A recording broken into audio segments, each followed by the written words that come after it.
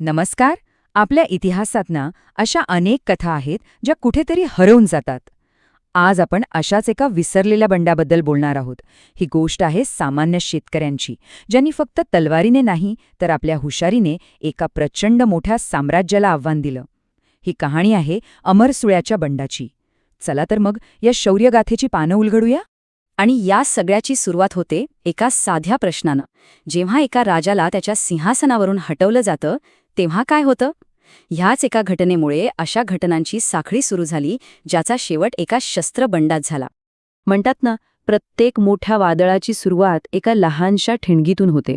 या बंडाची ठिणगी पडली ती कोडगू प्रदेशात, जिथे ब्रिटिशांनी जाणून बुजून एक राजकीय अस्थिरता निर्माण केली होती. आणि याच अशांततेच्या जमिनीतून बंडाचं बीज उगवलं. ही टाईमलाईन बघा. यावरून आपल्याला अंदाज येतो की गोष्टी किती झपाट्याने घडत होत्या. 1834 मध्ये ब्रिटिशांनी राजा चिक्कवीर राजेंद्रला पदच्युत केलं आणि पुढच्या फक्त 3 वर्षात स्वामी अपरांपार आणि कल्याण स्वामीसारखे नेते उभे राहिले आणि पकडलेही गेले. म्हणजे राजकीय असंतोषाचा वणवा किती वेगाने पसरला होता हे यातून स्पष्ट दिसतं. अच्छा, तर हे अमरसुळ्या बंड म्हणजे नेमकं होतं तरी काय? सोप्या भाषेत सांगायचं तर हे कर्नाटकच्या कोकण आणि कोडगू भागातल्या शेतकऱ्यांनी केलेलं बंड होतं.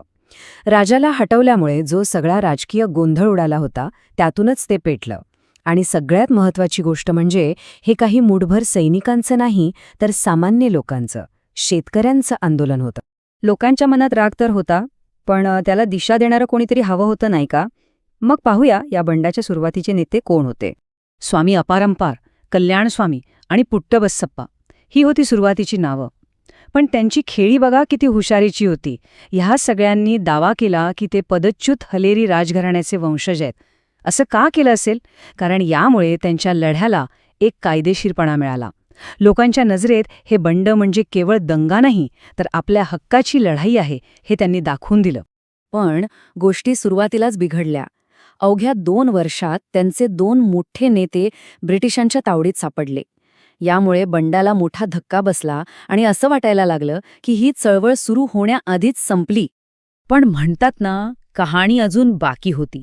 जेव्हा सगळ्यांना वाटलं की सगळं संपलंय, तेव्हाच एका अशा नायकाची एंट्री झाली ज्याची कुणी कल्पनाही केली नव्हती. एका अशा नेत्याची ज्याने या चळवळीला पुन्हा जिवंत केलं. आणि इथेच या कहाणीला एक जबरदस्त ट्विस्ट येतो. हा पुट्टबसप्पा होता एक साधा शेतकरी, पण त्याची आयडिया कमाल होती. त्याने काय केलं तर पकडल्या गेलेल्या कल्याणस्वामीचं सोंग घेतलं. विचार करा, चळवळ जिवंत ठेवण्यासाठी त्याने स्वतःची ओळखच बदलून टाकली. काय धाडस असेल! ही एक अविश्वसनीय खेळी होती.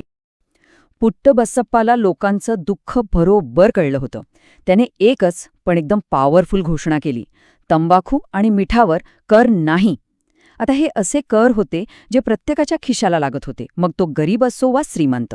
त्यामुळे त्याचं हे एक वाक्य सगळ्यांना आपलंसं वाटलं. आणि याचा परिणाम अविश्वसनीय होता. या एका घोषणेमुळे श्रीमंत शेतकरी, मोठे जमीनदार, स्थानिक प्रमुख जे कधी एकत्र आले नसते ते सगळे त्याच्या मागे उभे राहिले. एका घोषणेनं या बंडाचं चित्रच पालटून टाकलं. आणि इथून सुरू झाला या बंडाचा सुवर्णकाळ. एक असा टप्पा जेव्हा बंडखोरांची ताकद इतकी वाढली होती की वाटत होतं की विजय आता फक्त काही पावलांवर आहे. त्यानंतर तर बंडखोरांनी नुसता धडाका लावला. आधी बेळ्यारेचं सरकारी कार्यालय ताब्यात घेतलं, मग एका क्रूर अधिकाऱ्याला संपवलं, बंटवाळचा खजिना आणि तुरुंग आपल्या ताब्यात घेतलं आणि मग थेट मंगळूरसारख्या मोठ्या शहराकडे कूच केली. प्रत्येक विजयानंतर त्यांचा जोश वाढतच चालला होता. एक क्षण विचार करा. या लोकांनी सरकारी ऑफिस ताब्यात घेतली होती, राज्याच्या खजिन्यावर कंट्रोल मिळवला होता आणि बलाढ्य ब्रिटिश सत्तेला थेट टक्कर देत होते. खरंच एक छोटा पण अत्यंत यशस्वी काळ होता तो. पण ही शांतता वादळापूर्वीची होती.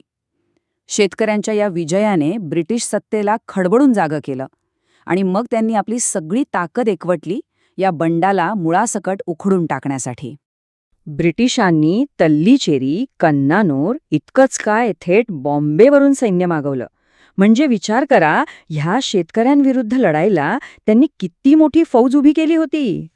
आता इतक्या मोठ्या सैन्यापुढे शेतकऱ्यांचा निभाव लागणं जवळजवळ अशक्यच होतं. शस्त्रबळ कमी पडलं, संख्याबळ कमी पडलं आणि अखेर पुट्टबसप्पा आणि त्याच्या लोकांना मंगळूरमधून माघार घ्यावी लागली. विजयाचं स्वप्न आता भंगत चाललं होतं. आणि या बंडाचा शेवट खूपच दुःखद झाला. आणि त्यातही एक कटू सत्य आहे. काही स्थानिक कोडगू लोकांनीच फितुरी केली. त्यांच्याच मदतीने ब्रिटिशांनी पुट्टबसप्पा आणि इतर नेत्यांना पकडलं आणि फासावर चढवलं. ज्यांच्यासाठी लढले त्यांच्यापैकीच काहींनी घात केला.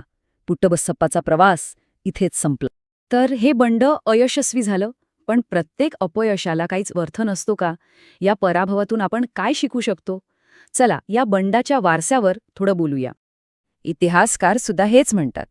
ते सांगतात की जरी हे बंड अयशस्वी झालं असलं, तरी ब्रिटिश विरोधी लढ्यांमध्ये ह्याचं एक वेगळंच आणि खूप महत्त्वाचं स्थान आहे.